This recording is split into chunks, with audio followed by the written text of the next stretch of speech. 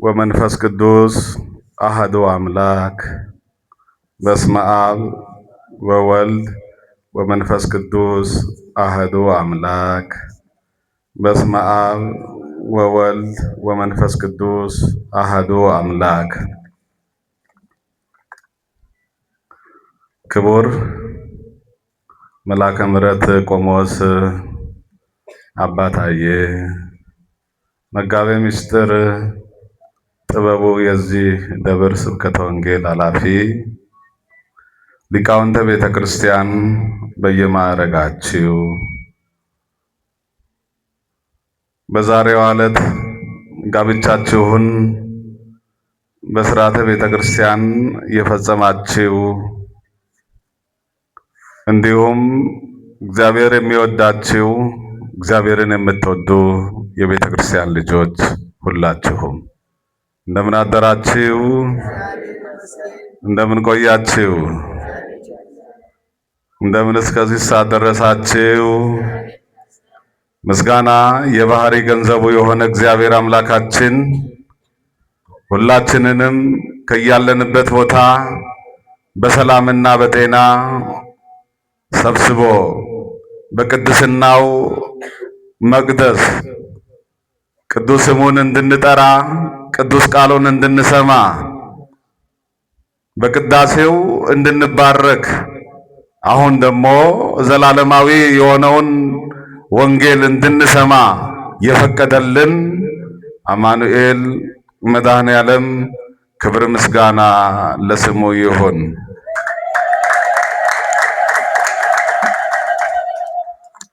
እግዚአብሔር ስለወደደ እግዚአብሔር ስለፈቀደ በእኛ አንዳችም ጥረት ያይደለ ዛሬ ስለመድረሳችን ዛሬ እዚህ ቦታ ላይ ቆመን ስሙን ለመጥራታችን የኛ አስተዋጽኦ ሳይኖር እግዚአብሔር ግን በቸርነቱ ቀናትን በወራት ወራትን በዓመታት ቀይሮ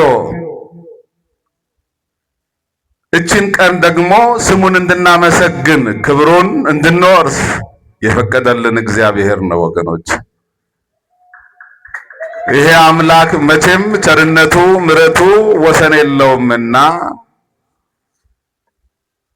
ሁልጊዜ የሚከበረውን የሚመሰገነውን እግዚአብሔርን እናመሰግናለን። እንደ ቤተ ክርስቲያናችን ትምህርት ከሰኔ 26 ጀምሮ እስከ መስከረም 25 ያለው ዘመነ ክረምት ተብሎ ይጠራል። በዚህ በዘመነ ክረምት የሚነገረው የእግዚአብሔር ቃል ስለ ክረምት የሚመሰጠረው ምስጢር ቅኔውም ቅዳሴውም በአጠቃላይ ስብሐተ እግዚአብሔሩ ሁሉ ስለ ክረምት ነው የሚነገረው። ለምን? የቤተ ክርስቲያናችን የዜማ መሰረት የሆነው ቅዱስ ያሬድ ይህንን ክረምትን በሚመለከት በመዝሙሩ ላይ ድምፀ ገሪው ብሎ በመጀመሪያ የክረምትን ኮቴ የክረምትን ድምፅ እንሰማለን አለ። ይሄ ነጎድጓዱን ክረምት ከመምጣቱ በፊት ነጎድጓዱን እንሰማለን። ምን አይነት ነጎድጓድ? ድምፅ ዝናቡ መምጫውን ሲያበስረን የዝናቡን ቀን ሲነግረን። በዚህ ክረምት ወቅት ስለ ክረምት ሲነገር የዛሬው ወንጌል ደግሞ የማቴዎስ ወንጌል ምዕራፍ 24 ቁጥር 36 ላይ ያለው ወንጌልን ቅድም ቄሱ በቅዳሴው ላይ ሲያነቡ እንደሰማ ነው።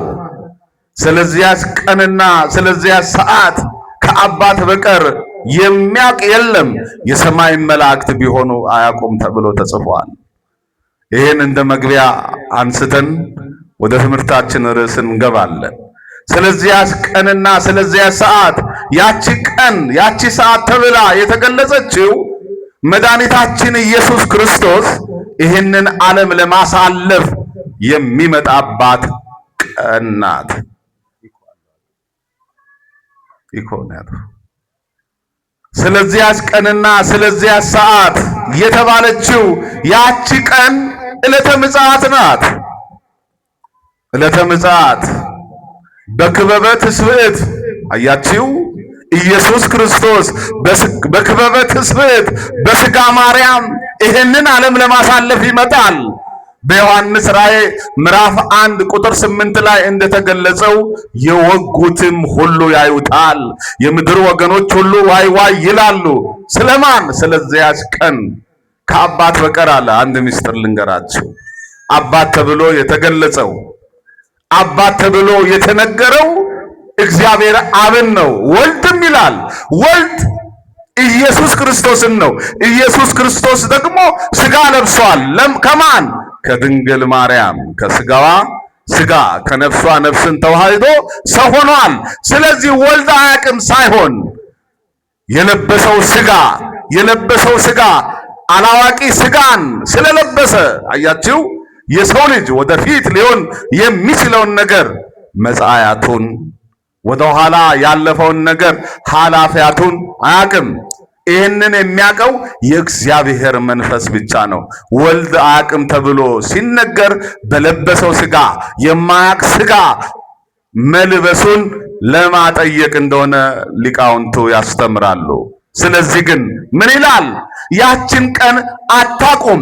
በኖህ ዘመን እንደነበረ በኖህ ዘመን ሲበሉ፣ ሲጠጡ፣ ሲደንሱ፣ ሲጨፍሩ ያቺ ዘመን እንደወጣ ሁሉ ዛሬም እንዲህ ይሆናል ነው የተባለው ወገኖች። ስለዚህ ወደ ንስሐ ወደ እግዚአብሔር እንቅረብ ነው ዋናው መልእክት የዚህ የዛሬው ወንጌል። ቀኑ ሳይደርስባችሁ፣ ቀኑ ሳይመጣባችሁ ወደ ንስሐ ኑ። ንስሐ ያልገባችሁ ንስሐ ግቡ። ንስሐ ማለት መተው ማለት ነው። ንስሐ ማለት የቀደመ በደልን የቀደመ ኃጢአትን ትቶ ዛሬ ኃጢአት ላለመስራት ላለመበደል እግዚአብሔር ሆይ በፊትህ በድያለሁ፣ ኃጢአትም ሰርቻለሁ፣ ያረከስኩት የበደልኩት አንተ የቀደስከውን ሥጋ ነው። ስለኔ ስትል አንተ በቀራንዮ መስቀል ላይ ሥጋህን ቆርሰሃል፣ ደምህን አፍስሰሃል። እኔ በዋጋ የተገዛው ነበርኩ፣ ነገር ግን ለኃጢአት ራሴን አሳልፌ ሰጠው። ስለዚህ ጌታ ሆይ ንስሐ ሳልገባ ሳልጸጸት እንዳትመጣ የተሰጠን ጊዜ አሁን ነው። ንስሐ ለመግባት ዛሬ ተሰጥቶናል። ነገር ግን ሰዎች በተሰጣቸው ጊዜ ንስሐ አልገቡም። በማዘመን በኖህ ዘመን ሲበሉ፣ ሲጠጡ፣ ሲጨፍሩ፣ ምቀኛ እርስ በርስ ሲጣሉ፣ ሲካሰሱ ያ ዘመን መጣ። ጠፉ በንፍር ውሃ። ዛሬም የንፍር ውሃ ተብሎ በተገለጸው ኃጢአት በደል ሳትጠፉ ንስሐ ግቡ ይላል። ማን ይርዳን ወገኖች? ንስሐ ትገባላችሁ አትገቡም? ትገባላችሁ አትገቡም? እንገባለን በሉ እንጂ ትገባላችሁ አትገቡም? አዎ አልገባንም። ንስሐ ስላልገባን የእግዚአብሔር ክብር ጎሎናል ይላል መጽሐፍ። አያችሁ የእግዚአብሔር ክብር። እንግባ ንስሐ። ከሊቅ የለ ደቂቅ የለም። ሁሉም ንስሐ ይግባ፣ ያጎንብስ፣ እግዚአብሔርን ይለምን።